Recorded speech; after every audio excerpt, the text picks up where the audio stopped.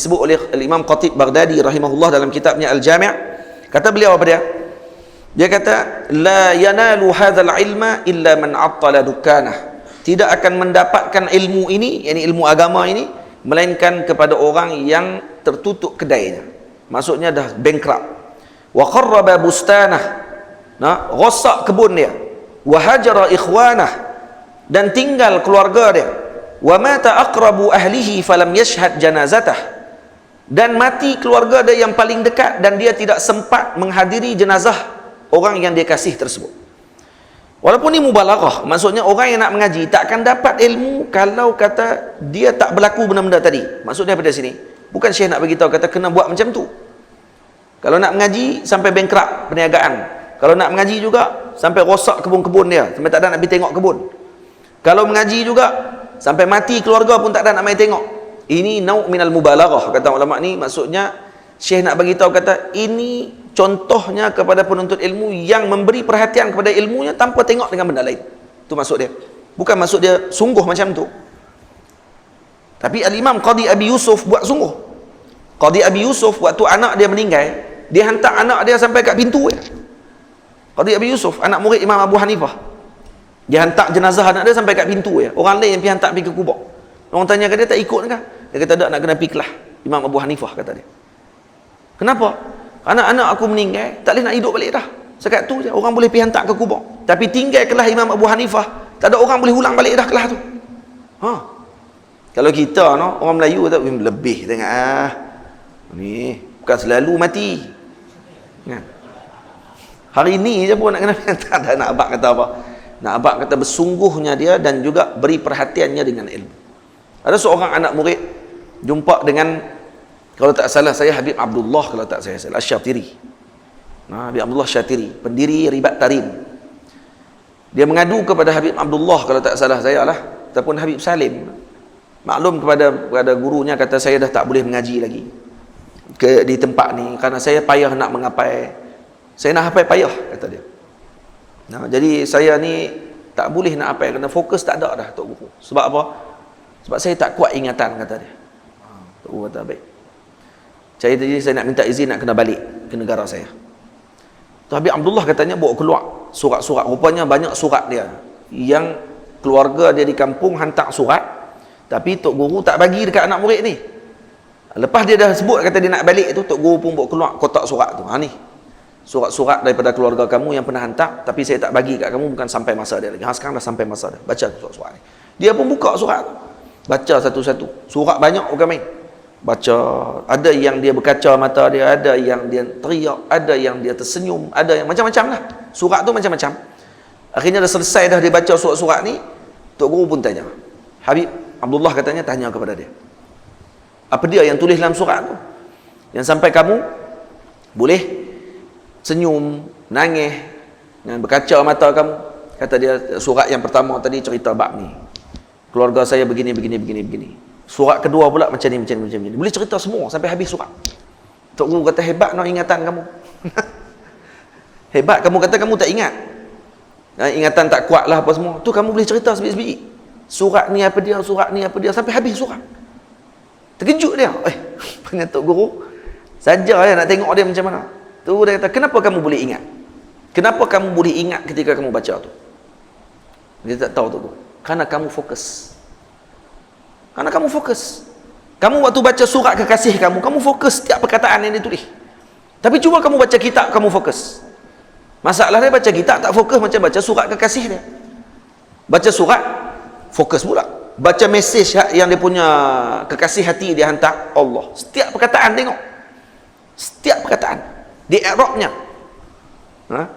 Tapi yang surat ni Allah Ta'ala hantar dekat dia, kitab yang para masyayikh tulis, dia suruh baca, mengaji, dan itu dia tak fokus. Maka macam mana nak ingat? Tak ingat dia. Kerana tak fokus. Masalah kita apa dia? Masalah kita bukan ingatan tak kuat. Sebab Allah Ta'ala dah bagi jadi akal kita ni dah luar biasa dah. Cuma ada yang nak kena asah, ada yang lambat sikit. Itu nak kena asah lah. Ada yang cerdik sungguh, beranak-beranak dah jenis dah. Dah ada dipanggil zakat wahbi dipanggil. Bukan wahbi. Zakat wahbi ni pada cerdik yang anugerah. Allah Ta'ala bagi. Ada yang zakat kasbi. Zakat kasbi untuk cerdik dia tadi kena asah, baru jadi cerdik. Dia cerdik dah, Cuma nak kena asah. Guru tadi kena sabar, cari potensi dia. Baru boleh. Ada yang macam tu. Sama? Tu yang apa ni, saya pernah bagi tahu kat tok guru saya, Syekh Ahmad Mamduh, saya bagi tahu kat dia, Syekh, saya ni payah nak ingat, Syekh. Saya ni dah umur dah meningkat dah, jadi tak apa nak ingat. Syekh duk suruh hafal matan. Saya duk kena hafal matan sulam, mantik. Mengaji dengan Syekh mengaji mantik. Hak wajib mantik tu kena mengapai matan sulam. Matan sulam saya dah 144 baik dah. Ini nak kena mengapai Allahu Akbar. Mengapai pula mengapai syair. Syair Arab. Dia mai tu kadang-kadang tu. Ya, dia mai dia malah ke semua, jadi malah nak hafal. Padahal bukan tak boleh hafal, boleh tapi malah. Tapi kita buat alasan kata tak ingat. Nah, lepas tu Syekh saya kata, "Tak, kamu bukan tak boleh hafal. Kamu malah hak tu je." Syekh tahu. Kita ni buat alasan je. Itu Syekh bagi kat saya, dia bagi kat saya satu buku. Dia panggil Quwwatuz Zakirah.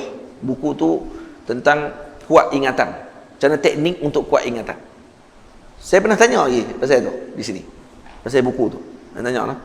Buku tu awal-awal lagi dia tulis, seorang Mak Saleh tulis, orang putih tulis, tapi dia terjemah dalam bahasa Arab. Saya nak tanya dekat tuan-tuan ni. Tanya dekat tuan-tuan. Hak tahu duk diam, terus duk jawab. Nah, hak tak tahu hak tahu terus duk tahu dah kan. Ni saya nak tanya hak tak tahu lah. Baik. Tuan-tuan bawa bas dan kemudian dengar elok ni. Dalam perjalanan bas tersebut, dalam bas ada 16 orang dalam bas tu. Sampai di satu tempat, turun 10 orang. Stesen pertama. Stesen yang kedua, dengar elok ni. Stesen yang kedua, turun 4 orang pula. Naik 6 orang. Stesen yang ketiga, turun lagi 4, naik pula 7. Dan stesen yang seterusnya, turun 11 orang, naik pula 8 orang. Baik. Soalan dia, siapa bawa bah? Siapa bawa bah? Siapa bawa bah? Lah. Siapa bawa bah, bang? Ni hak pakai Quran. Abang, ni hak pakai mas. Siapa bawa bah? Hak bawa bah kita lah. Saya tanya awal lagi tadi. Tuan-tuan bawa bah, saya kata. Saya kata tuan-tuan bawa bah. Lepas tu, bah tu dah ada 16 orang. Ikut suka saya nak buah nombor apa pun bah tu. Yang kita duk fokus ni tentang nombor tu. 16 orang, lepas tu turun 4. Lepas tu sampai ke tu naik 7. 16 tolak 4 jadi 12. Lepas tu naik 7 pula jadi 19. Dia duk kira hak tu. Lah kali soalan dia bukan hak tu. Soalan dia, siapa bawa bah?